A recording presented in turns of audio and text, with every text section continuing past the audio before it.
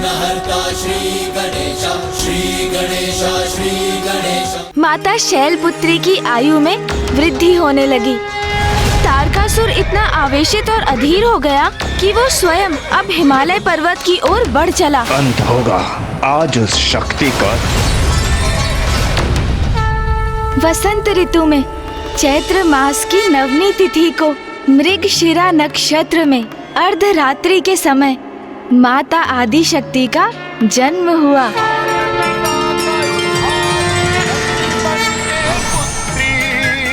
तू है माँ अधिष्ठात्री, है माँ तू है माँ अधिष्ठात्री, हो माँ तू है माँ अधिष्ठात्री।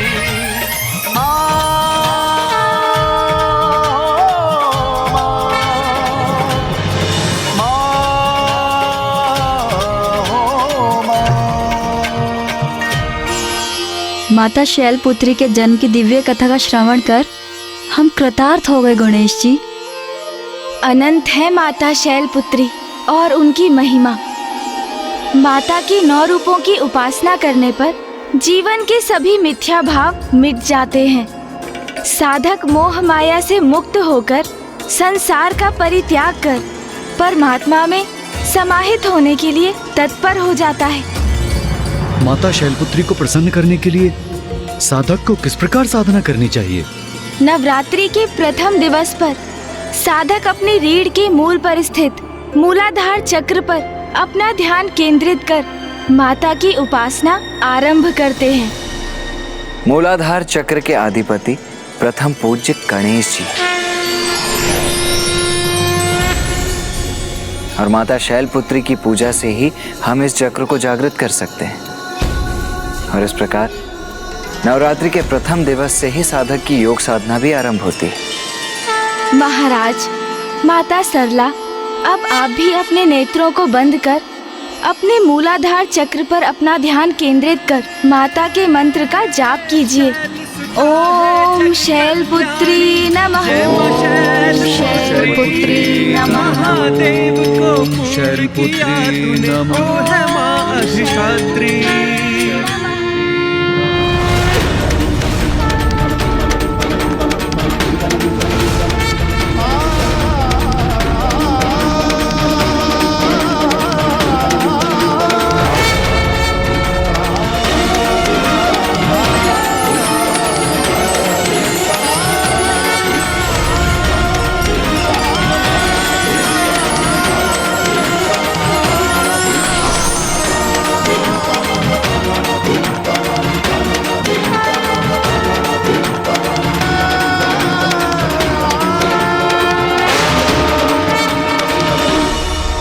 शांति, अपार शांति, सभी चिंताओं से परे, अनुपम, अनूठी, सुखमय शांति का अनुभव हुआ मुझे।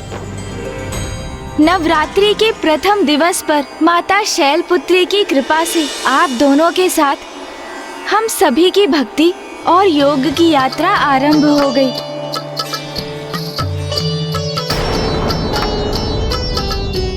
क्या हुआ माता सरला? आप किस विचार में खो गई? यही, पुत्र हो अथवा पुत्री, माँ तो अपनी संतान को समान स्नेह देती, उनमें कोई भेदभाव नहीं करती। किंतु माता आदि शक्ति को पुत्री रूप में प्राप्त करना, ये जो परम सौभाग्य माता मैना और महाराज हिमावन को प्राप्त हुआ, ये तो उनके अद्भुत पुण्य संचय का ही परिणाम था। सत्य है, पुत्री के माता पिता बनने का सुख तो बहुत बड़ा सौभाग्य है। आप सर्वथा उचित कह रही है माता। स्त्री तो स्वयं शक्ति की ही प्रतीक है। वो स्त्री जो पहले पुत्री के रूप में जन्म लेती है, किंतु पुत्री प्राप्त करना सहज नहीं। उन्हें प्राप्त करने के लिए देवी मैना और हिमावन को अत्यंत ही कठोर तप करने पड़े थे। प्रत्येक कन्या में तो स्वयं माता आदि शक्ति का ही वास होता है। अनेकों पुण्य संचित होने के पश्चात ही एक पुत्री का जन्म होता है और ये स्वयं में एक बहुत बड़ा सौभाग्य है। मैं तुम्हारी पुत्री बनकर तुम्हारी मनोकामना अवश्य पूर्ण करूंगी। इसीलिए हम कन्या पूजन भी करते हैं। जिनके परिवार में कन्याएं जन्म लेती हैं, वो अत्यंत सौभाग्यशाली होते हैं, क्योंकि उन पर स्वयं माता की कृपा दृष्टि जो होती है। पुत्री को जन्म देकर उसके माता पिता बनना तो स्वयं एक महान पुण्य है। अब आइए आज की आरती संपन्न कर लें।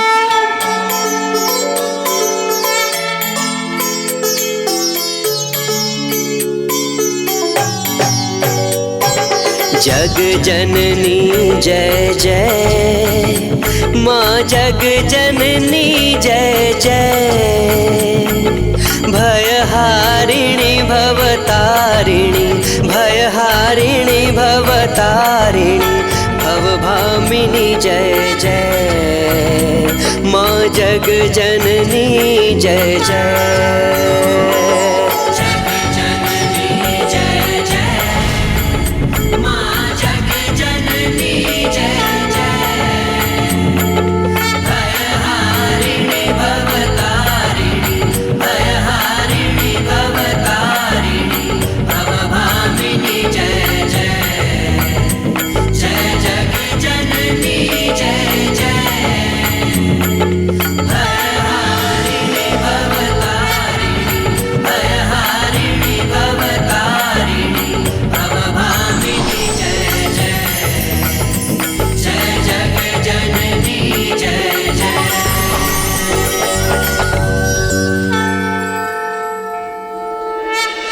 माता सरला, महाराज देवोदास, कल भोर में नवरात्रि के द्वितीय दिवस पर हम माता के द्वितीय रूप की कथा जानेंगे।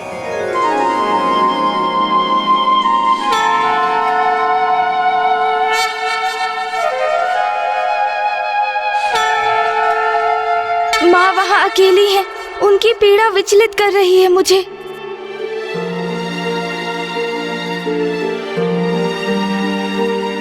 गणेश,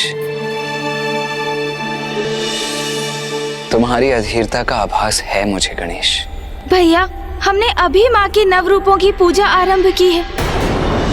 हमारे मनोरथ के सिद्ध होने में पूजा की संपूर्ण अवधि शेष है अभी। भैया, क्योंकि वहाँ माँ सर्वथा अकेली है, पिताश्री की प्रतीक्षा कर रही है, और वही माँ के मंदिर के बाहर ऋषि जैगेश्वर ने पिताश्री के दर्शन की अभिलाषा में स्वयं को अन्न जल से वंचित रखा है। माता की कथा के संपन्न होने तक ऋषिवर का कुछ अहित हुआ तो अनर्थ हो जाएगा भैया। और उधर ज्ञात नहीं दुर्गमासुर वेद माता को कहाँ स्थित कर उनके साथ कैसा दुर्व्यवहार कर रहा होगा। इतना ही नहीं, पिताश्री मंदार पर्वत पर ही स्थित है, अपने उस वचन के कारण काशी लौटने में असमर्थ है जो उन्होंने राजा देवोदास को दिया था।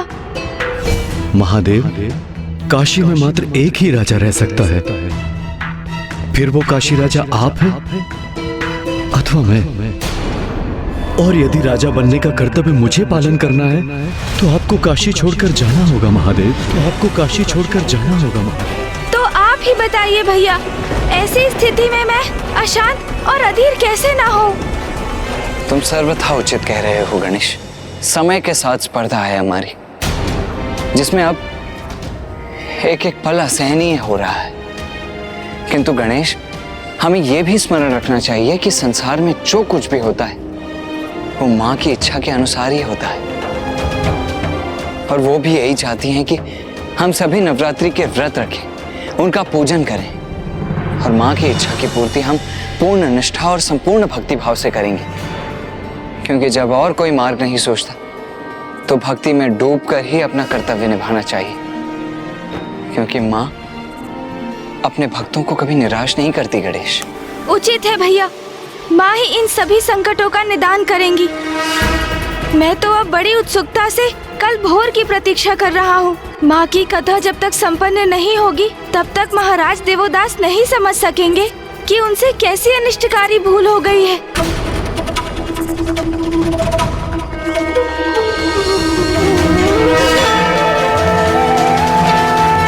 माँ, कल रात्रि में मैं बहुत व्याकुल और अधीर था, किंतु आज भोर में आपके दर्शन पाकर एक नवीन ऊर्जा प्राप्त हुई है।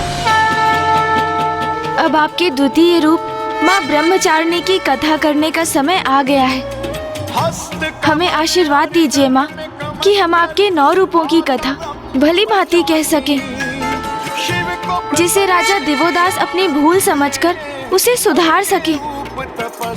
पुत्र गणेश, पुत्र कार्तिकेय, तुम्हारे मुख से उत्सर्जित मेरी कथा का श्रवण कर राजा दिवोदास और देवी सरला को ही नहीं, संसार को भी बहुत कुछ सीखने का अवसर प्राप्त होगा।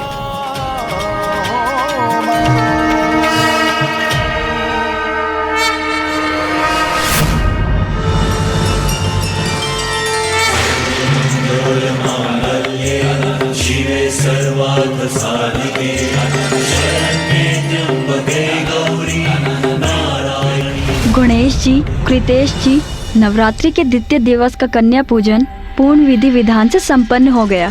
अब हम माता के 9 स्वरूपों के अगले रूप में जाने की यात्रा का वर्णन सुनने के लिए अति उत्सुक हैं। माता सरला, आपने सर्वथा उचित शब्दों का प्रयोग किया।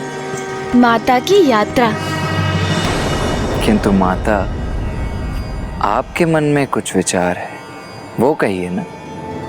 मैं माता की लीला का रहस्य समझने में कहाँ समर्थ हूँ, किंतु कल रात्रि में मैं माता शैलपुत्री स्वरूप की कथा का विचार कर रही थी, तो मुझे प्रतीत हुआ कि माता की यात्रा तो किसी भी स्त्री की ही यात्रा के समान है। आपने तो पुनः उचित कहा माता। माता की कथा सुनकर तो प्रत्येक स्त्री को उनकी यात्रा में अपनी ही यात्रा दिखाई देती है। ये भी माता की ही लीला है। उनकी यात्रा का प्रथम पड़ाव उनका जन्म था, जब उनके पिता के नाम पर उनका नाम निर्धारित हुआ। अब हम उनकी यात्रा के द्वितीय पड़ाव की कथा ज्ञात करेंगे। नवरात्रि के द्वितीय दिवस पर हम माता के ब्रह्मचारिणी रूप की पूजा करते हैं।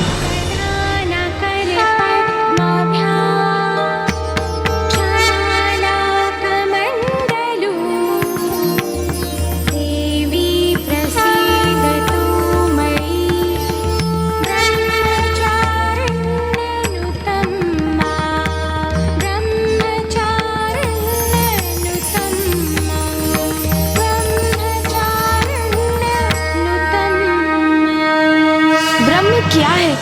इस प्रश्न का उत्तर है वेदस्त्वम तपो ब्रह्म, अर्थात वेद, तत्व और तप ही अंतिम सत्य परम ब्रह्म है। और चारिणी का अर्थ है अर्चना करने वाली, अर्थात वो जो तप और ज्ञान के माध्यम से अंतिम सत्य की साधना करती है। माता आदि शक्ति का ये रूप अत्यंत भव्य है और पूर्ण रूप से ज्योतिर्मय है। गणेश जी, माता अपने स्वरूप में कैसा प्रत्यक्ष रूप धारण करती हैं? माता ब्रह्मचारिणी एक श्वेत वस्त्र से स्वयं को सुशोभित करती हैं। उनके दाएं हाथ में जप की माला और बाएं हाथ में कमंडल स्थित होता है।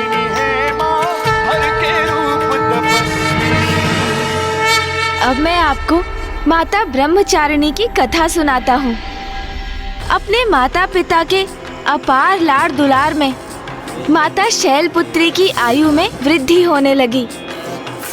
माता मैना और राजा हिमावन अपनी लाडली पुत्री को उचित संस्कार प्रदान कर रहे थे, इसीलिए वो अत्यंत सुशील और सर्वगुण संपन्न थी, किंतु वो नटखट भी थी। राजभवन में उनकी बाल्यावस्था अत्यंत सुखमय और सुंदर थी। यद्यपि तारकासुर ने जिस प्रकार पूर्व में उनके अंत हेतु अट्टासुर को भेजा था, उसी प्रकार इस अवधि में भी वो अनेकों असुरों को निरंतर भेजता रहा, किंतु वो असुर सप्त ऋषियों द्वारा स्थापित रक्षा कवच को नहीं भेज सके और माता इन सभी आक्रमणों से पूर्णतः सुरक्षित और अनभिज्ञ थी।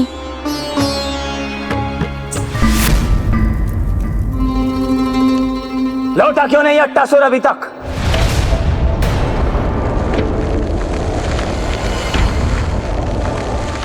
महाराज, ऐसी सूचना प्राप्त हुई है कि अट्टासुर का अंत हो गया है।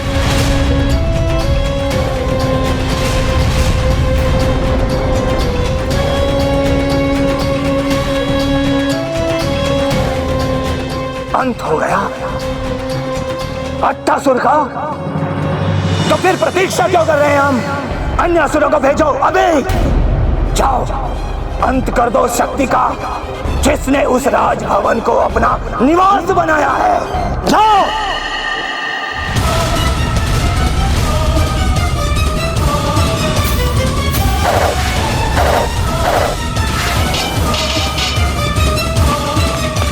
तारकासुर भयंकर से भयंकर असुरों को भेजता गया और एक एक कर उन सभी असुरों का अंत होता गया।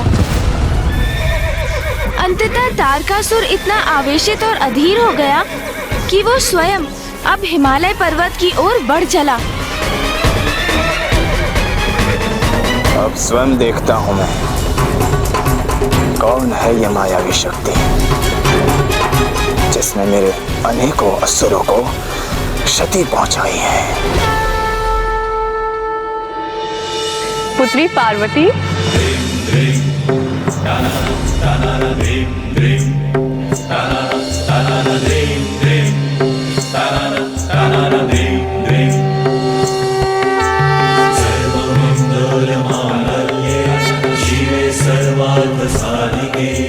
लो पकड़ो इस कंदूक को।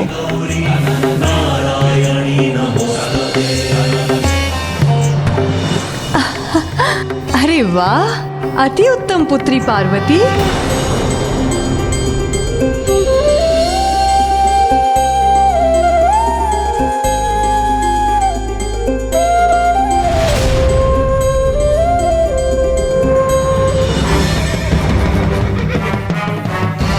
अंत होगा आज उस शक्ति का जो मेरे काल को जन्म देने हेतु जन्मी है।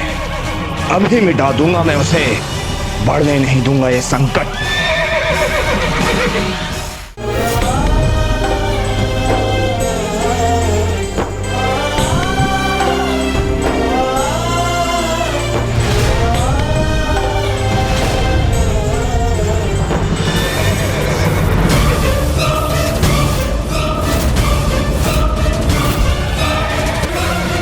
ये दुष्ट तारकासुर तो यहाँ पर भी पहुंच गए। कहीं ये राजा हिमावंत के राजभवन पहुंचकर कहीं कोई अनर्थ न कर दे। निश्चिंत रहिए देवराजेंद्र, अब वहां कोई और अनर्थ नहीं होगा।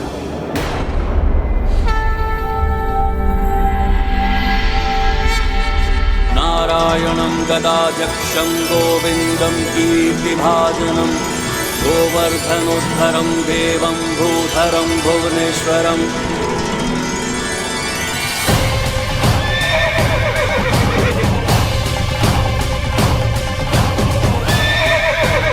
कहाँ गया ये राजभवन? मुझे दिखाई क्यों नहीं दे रहा?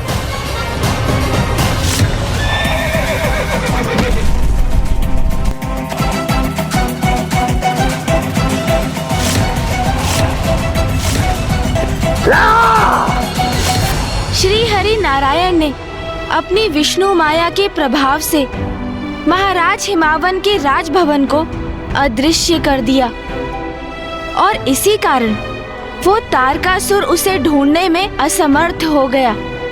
जब थक गया तो अंततः वो निराश होकर लौट गया और देखते ही देखते माता शैलपुत्री 16 वर्ष की आयु पर पहुंच गई।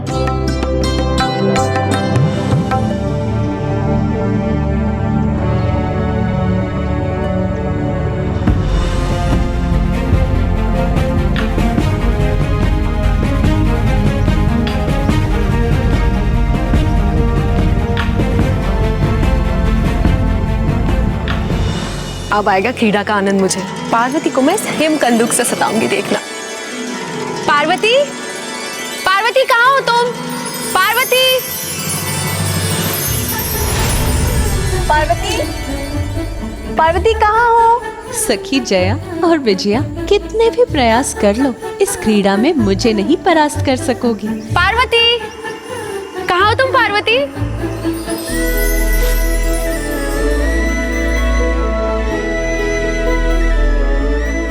विजया तुम उस दिशा में जाके ढूंढो, मैं इस दिशा में जाती हूँ, ठीक है? पार्वती,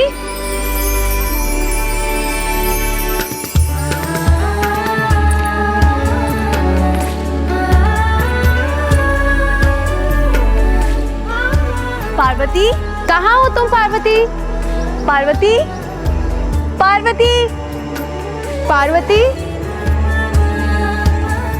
पार्वती, कहाँ चली गई? पार्वती, विजया, पार्वती मिली? नहीं, तुम्हें मिली? पार्वती, पार्वती,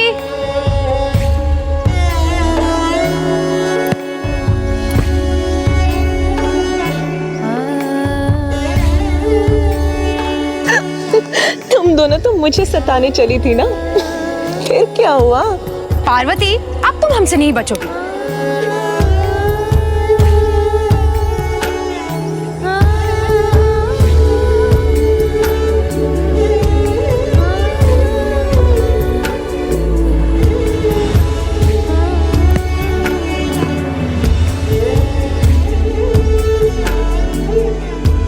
पार्वती कहाँ है?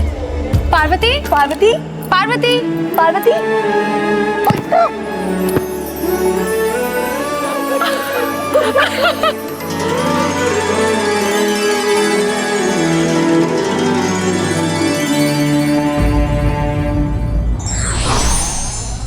ईश्वर की लीला अपरंपार है, किंतु समय के चक्र का पालन करना वो भी नहीं भूलते।